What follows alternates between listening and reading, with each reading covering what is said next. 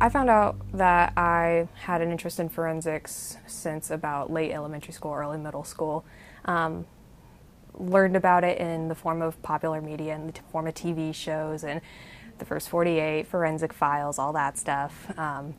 But after looking more into the field and figuring out exactly what they're about, I decided to intern with the state crime lab, go into forensic biology, see what serologists do when they're helping process evidence, and decided I actually wanted to go into field work.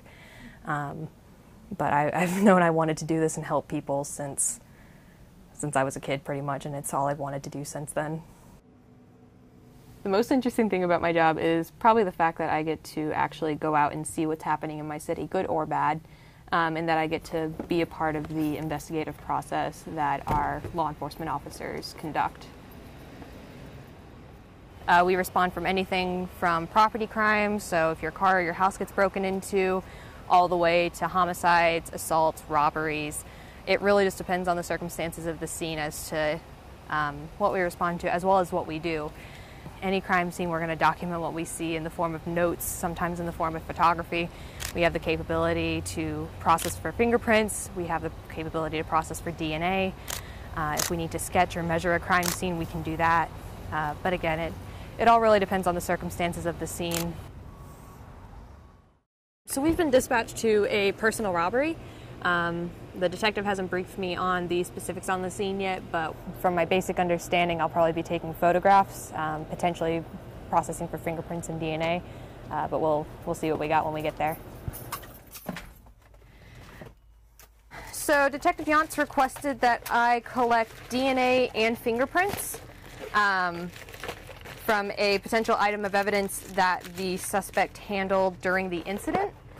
So what I'm getting, I have Detective Yant carrying my latent kit that I showed you earlier, and what I have here are swabs to collect a sample of DNA both from the item of evidence and then to get a DNA standard from our victim. Because seeing as how the property belongs to her, her DNA should be on it. So what we do is we get elimination DNA to take her DNA off of it, in a way of saying, so that way we can isolate any suspect DNA. So for this particular case, really the most I could do was photograph. The surface that the detective had me look at wasn't exactly conducive for fingerprinting, but it was conducive for swabbing for DNA. So what I did was I swabbed the item in question and then also took a DNA standard from our victim in order to get that elimination sample. The DNA swabs I'm actually going to turn into evidence, and then the SD card containing my photographs, that'll get dropped into a lockbox and be submitted to our photo video tech.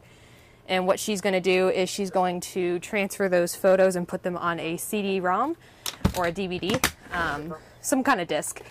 So that way, if somebody needs to look at the photos down the line, we will have a hard copy of them. We do work most of our job alone. We're expected to respond to scenes solo or expected to process scenes alone. However, we do have a squad that can assist us if we need. They can provide us support either on scene or off scene. And it's that sense of camaraderie. I really appreciate that if I'm having a problem either processing a scene or if I need to talk about something that I saw on scene, it's nice to know that I have a squad and an entire unit to come back to that will help me through that. Most gratifying thing about my job is just the fact that I get to help people. However I can, big or small. At the end of the day, I get to go home knowing that I've helped somebody.